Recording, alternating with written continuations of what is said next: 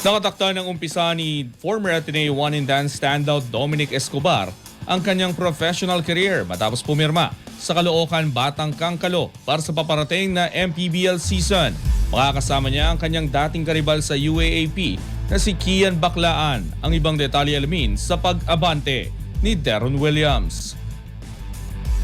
Magsisimula na ang profesional na karera ni Dominic Escobar matapos siyang pumirma sa Caloocan Batang Kangkalo para sa paparating na MPBL season. Ang 6'5" na wing ay dating naglaro sa Cal State LA bago nagkaroon ng isang season sa Ateneo de Manila University. Sa kanyang nag-iisang taon bilang one and done player ng Blue Eagles, nagtala siya ng average na 11.7 points, 6.9 rebounds, 2.6 assists at 1.9 steals kada laro habang nakilala bilang isang pisikal at maaasahang two-way player. Ayon sa mga ulat, isang taong kontrata ang napagkasunduan upang mapanatili ni Escobar ang kanyang kondisyon at pagiging kompetitibo habang tinututukan ang layunin makapasok sa 2027 PBA Draft o makakuha ng interes mula sa mga overseas league. Pinili ni Escobar ang Caloocan dahil sa pagkakataong magkaroon ng mas malaking papel sa opensa at makalaro sa isang kupunang may matibay na suporta mula sa lokal na pamahalaan at komunidad. Makakasama niya sa Batang Kangkalo si DLSU champion Kian Baclaan, gayon din sina Jake Gaspay na inaasang magpapalakas sa rotasyon ng kupunan.